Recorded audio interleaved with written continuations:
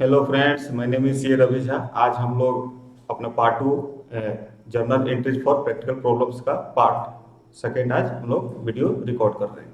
तो हम लोग इस एंट्री करने से पहले कुछ बेसिक चीजें हैं जिसको हम लोग रिकॉल कर लेते हैं, जैसे कि एंट्री एंट्री दो टाइप के होते हैं, सिंपल एंट्री और कंपाउंड एंट्री। तो सिंपल एंट्री क्या होता है? इसमें क्या होता है? Only two accounts are affected, one account to be debited and another to be credited, जैसे कि रेंट पेड। अब इसमें क्या होगा? रुपीज 5000। इस केस में क्या होगा? दो अकाउंट, एक रेंट, मेरा खर्चा है तो rent account debit, to cash. इसमें क्या होता है? दो account only with equal amount. तो इक्वल अमाउंट यानी कि 5,000। ये क्या होगा हमारे लिए? सिंपल एंट्री ऐसे होता है। इसके ऊपर हम लोगों ने कल एक दो प्रैक्टिकल प्रॉब्लम भी किए थे। अब कंपाउंड एंट्री क्या होता है? Two or more accounts are debited and one or more accounts are credited or vice versa. इसमें क्या होगा? दो और दो से ज्यादा अकाउंट डेबिट भी हो सकते हैं और दो और दो से ज्यादा अकाउंट क्रेडिट भी हो सकते हैं। तो जैसे कि मान लीजिए commenced business with cash, stock, furniture. Suppose that money cash rupees 10 lakh, stock rupees 2 lakh और फर्नीचर रुपीज 1 lakh। तो अब इसमें क्या है कि कमेंस बिजनेस हुआ। अब इसमें एज ए सिंपल एंट्री, जब कंपाउंड एंट्री में क्या होगा कि जब बिजनेस स्टार्ट हुआ तो ऑनर ने, प्रोप्राइटर ने बिजनेस को क्या कह दिया? कैश। तो बिजनेस के पास क्या है? Cash account debit. उसके बाद क्या है बिजनेस के पास? Stock account debit. उसके बाद तीसरा furniture account debit to capital account. अब इसमें देखिए to or more account debit हो रहा है और एक अकाउंट क्रेडिट हो रहा है। इसके वाइस वर्सा इसका उल्टा भी हो सकता है। तो ये रहा कंपाउंड एंट्री। अब हम लोग प्रोसेस क्या होता है जर्नलाइज करने का, उसको पहले पढ़ लेते हैं हम लोग। इसके बाद हम लोग फिर से प्रैक्टिकल क्वेश्चन करना शुरू करते हैं।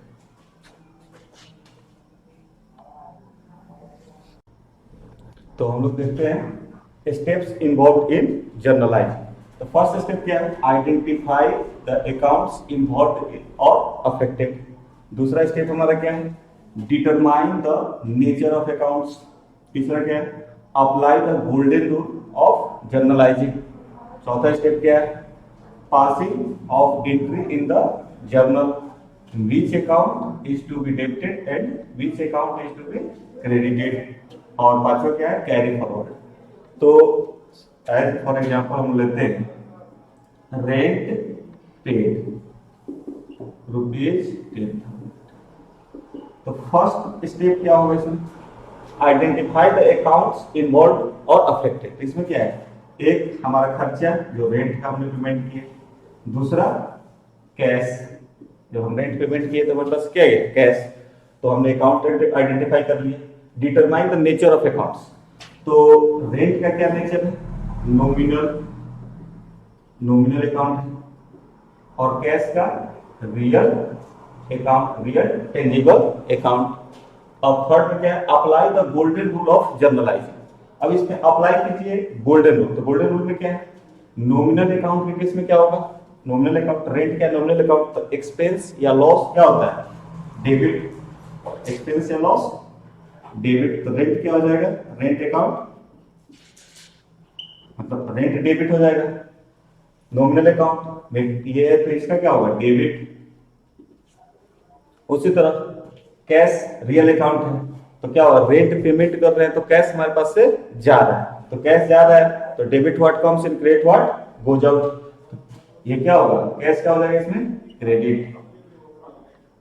अब अमेरिकन सिस्टम से भी अगर देखें हम लोग तो क्या होगा, एसेट इंक्रीज करेगा तो डेबिट, डिक्रीज करेगा तो क्रेडिट। अब apply the golden rule, passing of entry in the journal, तो क्या हो जाएगा, rent account debit to cash account, which account is to be debited, the rent account debited, which account is to be credited, तो cash account is to be credited। और carry forward, carry forward मतलब क्या, कि जब journal entry हम लोग करते हैं तो पेज टोटल, एक पेज का लास्ट में क्या करते हैं, टोटल डेबिट क्रेडिट टोटल कर देते हैं, उस पर क्या लिखते हैं, कैरी फॉरवर्ड CF।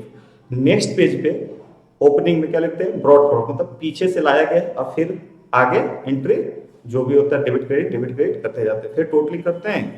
ओपनिंग जो आया था ड्यूरिंग द ईयर, जो भी मंथ में जो ट्रांजेक्शन हुआ उसको दोनों को टोटल, फिर कैरी फॉरवर्ड, नेक्स्ट पेज का ब्रॉड फॉरवर्ड। अब हम लोग शुरू करते हैं प्रैक्टिस जर्नल एंट्री। तो हम लोग अब जर्नल एंट्री शुरू करते हैं। फर्स्ट है received cash from Ram ₹1980, allowed him discount ₹20। तो रिसीव्ड कैश, हमारे पास कैश किससे, राम से, और उसको हमने डिस्काउंट अलाउड किया। तो एक्चुअली क्या हुआ होगा कि हमने राम को सेल किया होगा, suppose that Ram account debit कितने का, 2000 रुपए का, टू सेल्स अकाउंट 2000 का। अब राम से पैसा लेने के बाद यही होगी, तो राम ने जो पैसा दिया तो एक्चुअली कितना दिया, 1980 रुपया। तो राम ने कितना दिया, कैश अकाउंट डेबिट 1980। एक्चुअल में उससे राम से लेना कितना था, 2000। लेना कितना था राम से, 2000। अब लेना था 2000, दिया 1980, तो क्या हो गया, जो 20 रुपए का क्या है, अलाउड हिम डिस्काउंट। तो डिस्काउंट इनको हमने दे दिया, डिस्काउंट अकाउंट डेबिट 20 रुपए। तो जब हम किसी को, हम लोग जो सेलर है जब वो डिस्काउंट देता है तो उसके लिए क्या है, खर्चा। अगर वो परचेजर है उसको डिस्काउंट मिलता है, डिस्काउंट रिसीव, तो उसके लिए क्या है, वो इनकम। तो यहाँ पे डिस्काउंट गिवन मतलब डिस्काउंट दिया है, तो क्या हो जाएगा, इसका नेचर नॉमिनल। तो नॉमिनल में क्या होता है, लॉस, एक्सपेंडिचर या लॉस, डेबिट। कैश हमारे पास आ रहा है तो कैश इंक्रीज हो रहा है तो डेबिट। और राम क्या थे, इनको हमने उधार में बेच रखा था, तो as a personal account case में क्या था, डेबिट द रिसीवर, और जब ये पैसा दे तो क्रेडिट द गिवर, जो पैसा देंगे तो इनको क्रेडिट कर देंगे। तो इसमें क्या है, यहाँ पे जब उधार में बेचा थे तो डेटर हमारे लिए क्या होता है, एसेट होता है, तो एसेट बढ़ा था तो डेबिट, और जब एसेट घटेगा तो क्रेडिट, अमेरिकन सिस्टम से। अब हम लोग का सेकेंड एंट्री है परचेज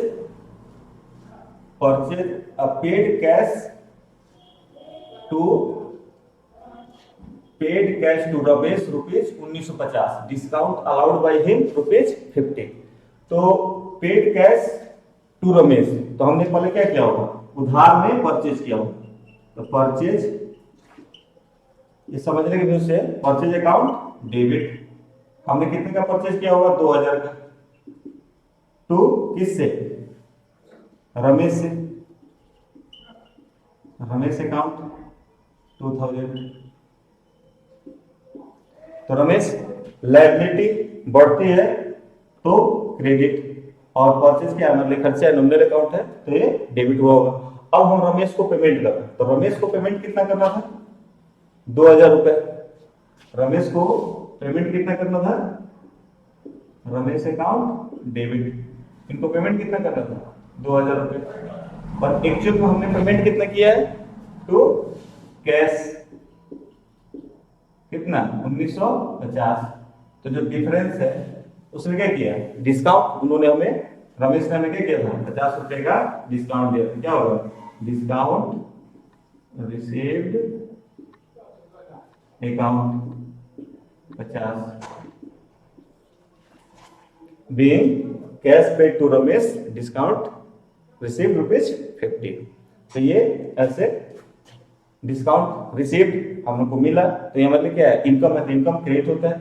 कैश हमारे पास रह गया, एसेट घटा तो क्रेडिट, और रमेश लायबिलिटी घटता है तो डेबिट। अब हम लोग का थर्ड एंट्री है, थर्ड एंट्री में हम लोग का क्या है, Sohan paid in cash, Sohan paid in cash rupees 4900, allowed him discount rupees 100। तो Sohan paid in cash, Sohan ने क्या किया, Sohan paid in cash rupees 4900, तो सोहन ने कैश दिया। सेम पैटर्न पे बिजनेस के पास क्या है, कैश कितना 4900। अब लेना कितना होगा, 4901, 5000 रुपए लेने होंगे। तो discount allowed account debit 100 to क्या होगा, सोहन अकाउंट 5000। ये हम लोगों का थर्ड नंबर एंट्री था। अब है purchase goods from Ramesh, Rajesh, purchase goods from Rajesh for cash at least price of 20,000। तो हम लोगों ने प्रीवियस वीडियो लेक्चर पढ़ा था कि अगर क्वेश्चन में नाम दिया और अनलेस अदरवाइज दूसरा कोई इंस्ट्रक्शन ना हो तो उसको क्रेडिट मानते हैं, और नाम दिया हो साथ में इंस्ट्रक्शन के तौर पे क्या दिए कि purchase goods from Rajesh, Rajesh से तो परचेज किया पर कैश में परचेज किया। तो जब कैश आ गया तो हम लोग नाम का यूज नहीं करेंगे एंट्री में। At least price of 20,000 less 10% trade discount and 5% cash discount. तो परचेज गुड्स हुआ कितने का, 20,000 रुपए का। ट्रेड डिस्काउंट कितना है, 10%, कितना 2,000, कितना हुआ है 18,000। तो एक्चुअल में परचेज कितना का होगा 18,000। ट्रेड डिस्काउंट का कोई भी स्पेशल बुक्स में एंट्री नहीं होता है, वो बिल में ही माइनस कर दिया जाता है। तो इस केस में क्या होगा, ये हमारी परचेजिंग जो है कितने का 18,000 का। तो परचेज अकाउंट डेबिट कितना है 18,000। अब इसमें क्या है, ये 10% ट्रेड डिस्काउंट है, 5% कैश डिस्काउंट है। कैश डिस्काउंट का एंट्री बुक्स में होता है, और कैश डिस्काउंट कब दिया जाता है, जब ये क्रेडिटर डेटर को, लेनदार अपने देनदार को देता है, एक सेलर जो परचेजर को देता है कब, कि प्रॉम्प्ट पेमेंट के लिए, जल्दी से जल्दी पेमेंट रियलाइज हो, इस चीज के लिए कैश डिस्काउंट दिया जाता है। तो कैश डिस्काउंट की बुक में एंट्री होती है। तो परचेज अकाउंट डेबिट कितने से हो जाएगा, 2,000। ट्रेड डिस्काउंट का एंट्री नहीं होता है, उसको सीधे सीधे बिल से माइनस कर दिए। 18,000 रुपए का हमारा परचेजिंग हो गया। टू हमारे पास से क्या गया, कैश। अब कैश हमने दिया वो कितना दिया 18,000 या 5%, कैश डिस्काउंट कितना है 5%, तो कितना आ जाएगा 900, यानी कि 17,100।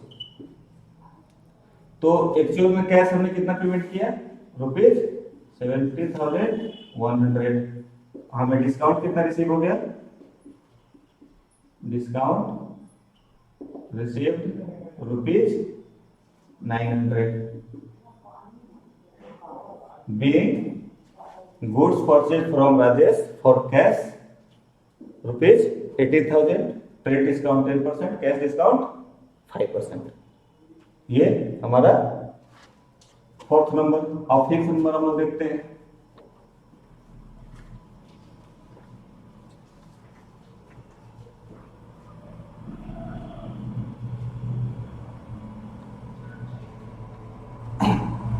sold to Arvind, sold to Arvind at a trade discount of 5% and cash discount of 5%. Goods 5% of goods of 5% discount of 5% goods of the list price of 20,000. He paid 60% in cash. तो अरविंद को 20,000 का क्या हुआ, business में हमने सामान बेचा। अब उसको हमने लिस्ट प्राइस कितना था, इसका लिस्ट प्राइस जो एमआरपी प्राइस कितना था 20,000। अब इसको हमने कितना दे दिया 5% का ट्रेड डिस्काउंट दे दिया। ट्रेड डिस्काउंट कितना दिया? 5%। बचा कितना? 90,000। तो एक्चुअल में हमारा सेल कितने का हुआ? 19,000 रुपए का। जो लिस्ट प्राइस है उसमें से ट्रेड डिस्काउंट माइनस करने के बाद जो आता है, जो अमाउंट आएगा, वही हमारा सेल, वही हमारा परचेज जो भी है वही कंसीडर होता है। तो 19,000 का हमारा क्या हो जाएगा? सेल हो गया। अब क्या है कि कैश डिस्काउंट उसको हमने 5% दिया है और वो पेमेंट जो किया है 60% की पेमेंट किया है। तो क्या किया है? 19,000 का वो 60% कैश दे दिया। कितना? 11,400। 40% क्या हुआ? उधार था, 7,600। अब इस 11,400 पे कितना डिस्काउंट दे जाएगा? 5%। क्यों? कैश डिस्काउंट जितना पेमेंट रियलाइज सोल्ड आउट हुआ 19,000 का, पर एक्चुअल हम कैश डिस्काउंट देंगे जितना पोर्शन वो सामने वाला पार्टी पेमेंट करेगा। तो उसने पेमेंट किया है 60%, यानी कि 11,400। किसका? 19,000 का। तो 19,000 का उसने 11,400, तो हम जो कैश डिस्काउंट देंगे इसी 11,400 के अगेंस्ट में देंगे। तो कैश डिस्काउंट कितना देंगे? 5%। 11,400 का 570 रुपए। हमारा बचे कितना है? 10,830। ये एक्चुअल में क्या होगा? क्या हम देखें, अब इसको जर्नल एंट्री के तौर पर देखें तो हमने सोल्ड गुड्स बेचा है। बेचा कितने का है? 19,000 का। तो इनकम क्या होता है? क्रेडिट। अब डेबिट क्या होगा? हमने उधार में बेचा, तो उधार में जिसको बेचा वो हमारे लिए डेटर और फ्यूचर में पैसा देगा। तो हमने उधार में कितना बेचा? 7,600 रुपए का। तो डेटर हमारा काम अरविंद को हमने सोल्ड आउट किया है। तो अरविंद अकाउंट डेबिट कितने से? 7,600। अरविंद जितना उधार, जितना पैसा नहीं थे, जितना रिकवर होना उतना उसके नाम पे खड़ा करेंगे। फिर उसने हमें कैश दे दिया। कितने? 11,400 उसको देना था, 570 रुपए हमने डिस्काउंट दे दिया। तो नेट कितना आया? 10,830। तो हमें कैश कितना रिसीव हुआ? Cash account debit 10,830। हमने उसको डिस्काउंट कितना दिया? डिस्काउंट अकाउंट डेबिट कितना? 570 टू सेल्स अकाउंट कितना? 19,000। मैच कीजिए। तो इस एंट्री में क्या था कि अरविंद को 20,000 का सामान बेचा गया है। ट्रेड डिस्काउंट है 5%, कैश डिस्काउंट है 5%। तो कैश डिस्काउंट जो दिया जाएगा वो जितना पेमेंट करेगा। तो अगर वो 19,000 फुल पेमेंट कर देता तो क्या होता? 19,000 का 5% कैश डिस्काउंट जाता, पर वो 60% ही कैश पेमेंट किया है। तो 60% केस में क्या होगा? 19,000 का 60% 11,400। उसके ऊपर हम लोग क्या करेंगे? 5% कैश डिस्काउंट देंगे। तो कैश डिस्काउंट कितना देंगे? 11,400 का 5%, यानी कि 570। तो नरेशन क्या हो जाएगा? Be goods sold to Arvind for ₹90,000। उसमें ट्रेड डिस्काउंट, कैश डिस्काउंट उसको मेंशन कर देंगे। अब हम लोग चलते हैं नेक्स्ट 2, 4, 5 और एंट्री देखते हैं। अब ये दो ही हैं, इसको समझ लेते हैं, बहुत काम है। Sold goods costing ₹60,000 to Rahim, invoice issued at 25% above cost less 10% trade discount. तो जो गुड्स हमने बेचा उसका कॉस्टिंग कितना है? 60,000।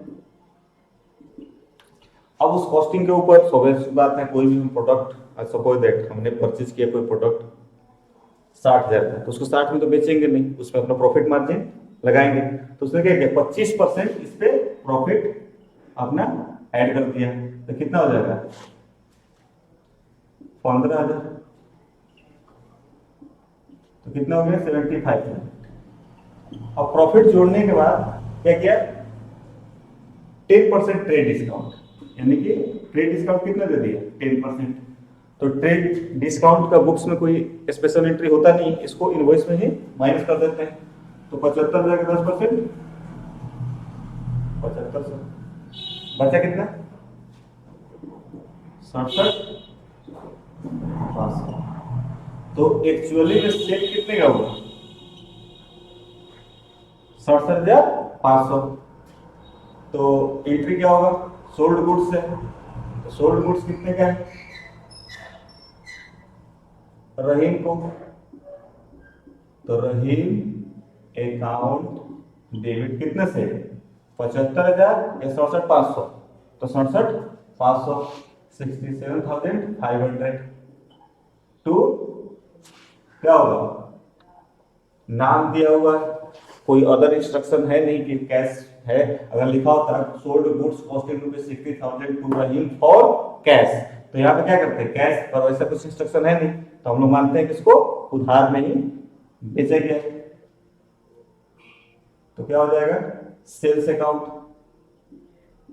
सॉरी यहाँ पे था रहीम अकाउंट, इस रहीम अकाउंट डेबिट इसलिए क्योंकि इसमें कोई अदर इंस्ट्रक्शन है नहीं, नाम लिखा हुआ है उसमें कैश के बारे में कोई जिक्र नहीं है, तो हम मान लेते हैं कि इसको हमने रहीम को उधार में बेचा है। तो Rahim account debit 67,500 to sales account कितना ₹67,500 being goods sold to रहीम ₹67,500। अब हम लोग का जो सेकेंड एंट्री है वो थोड़ा सा टिपिकल, इसमें क्या है goods sold to Rohan, costing कितना है 20,000 at a profit of 20% on sales. इसमें क्या है कि ऊपर वाले में क्या था कि 60,000 का कॉस्टिंग था और जो 25% जो प्रॉफिट लगाया गया था वो कॉस्टिंग के ऊपर था। इसमें क्या है कि गुड्स का कॉस्टिंग है 20,000, ठीक, पर जो प्रॉफिट उसने चार्ज किया है वो सेलिंग प्राइस पे, तो कॉस्टिंग इस पे प्रॉफिट जोड़ते हैं तब आता है सेल्स प्राइस। तो यहाँ पे क्या है हमें सेल्स प्राइस कोई आइडिया नहीं है और जो प्रॉफिट का परसेंटेज है वो सेल्स का 20%, वो सेल का 20%। अब इस केस में अगर देखें तो सेल्स का अगर सेल्स पे 20% यहाँ पे है तो इसके तरफ जाएंगे नीचे से ऊपर की तरफ, तो ऑटोमेटिक परसेंटेज कॉस्टिंग पे बढ़ जाना चाहिए। अब देखिए जैसे मानिए 25,000 का 20% 5,000, सपोज दैट यहाँ पे प्राइस होता है 25, ठीक है। अब इसका 20% कितना था 5,000, तो ऑटोमेटिक है 20,000 का कितना परसेंट होगा 5,000, तो ये 20,000 का अगर हम देखें 20% तो कितना रहा 4,000 आ रहा है। तो यानी कि यहां जो कॉस्टिंग पे जो परसेंटेज होगा वो 20% से ज्यादा होगा, तभी तो 20% से कितना ज्यादा होगा। अगर इस 20 को अगर हम लोग 25 कर दें तो कितना हो जाएगा 5,000 हो रहा है।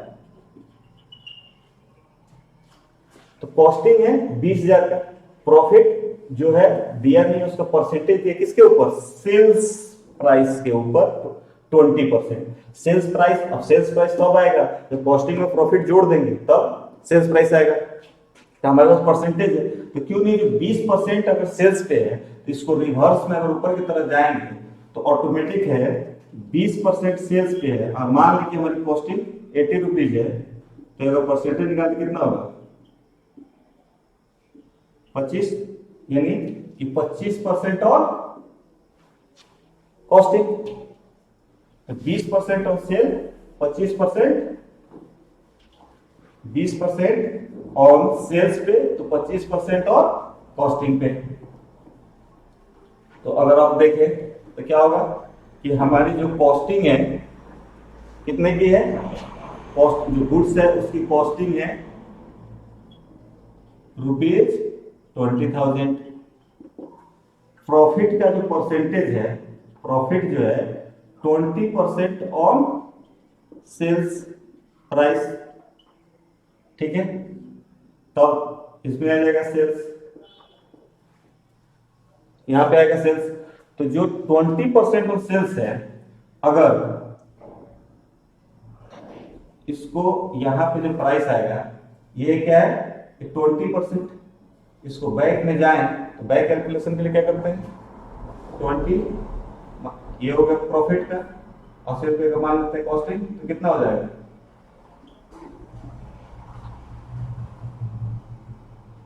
25 रुपये, यानी कि 25%। तो 20,000 का 25% कितना आ जाएगा 5,000। कितना हो गया 25,000। अब देखिए 25,000 का 20%, 25,000 का 20% कितना है 25 गुना 50, 5,000। यही प्रॉफिट है। तो सेल्स पे 25%, तो कॉस्ट पे कितना, सेल्स पे 20%, तो कॉस्ट पे कितना आ जाएगा 25%। तो यानी कि हमारी कॉस्टिंग कितनी हो गई हो 25,000, सेल्स प्राइस कितनी हो गई 25,000। अब सेल्स प्राइस हो गई 25,000, तो at a profit of 20% on sales less 10% trade discount. तो अब इसमें से ट्रेड डिस्काउंट माइनस करते कितना 10%, तो 25,000 में 10% 2500, बचा कितना 22,500। तो हमारे सेल्स कितने का माना जाएगा 22,500। सेल्स कितने का हो जाएगा 22,500। अब एंट्री किसको बेचे रोहन को, नाम है, कोई अदर इंस्ट्रक्शन नहीं है। Good sold to Rohan costing ₹20,000 for cash, ऐसा कुछ होता नहीं है। तो मान लेंगे कि रोहन को हमने उधार में बेचा है, तो रोहन हमारा डेटर है। पर्सनल अकाउंट में केस में क्या हो जाएगा debit the receiver credit the giver. तो Rohan personal account natural person है, तो डेबिट द रिसीवर कितने से 22,500। ट्रेड डिस्काउंट का एंट्री बुक्स में नहीं होता है 22,500। टू सेल्स कितने से रिकॉर्ड करें 25,000 से या 22,500 से, तो 22,500 से सेल्स अकाउंट कितना 22,500 being good sold to Rohan. तो आज के लिए इतना काफी है।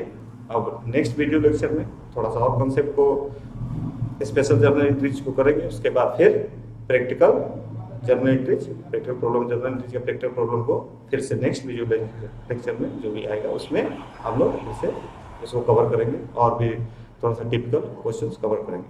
तब तक के लिए धन्यवाद, थैंक्स।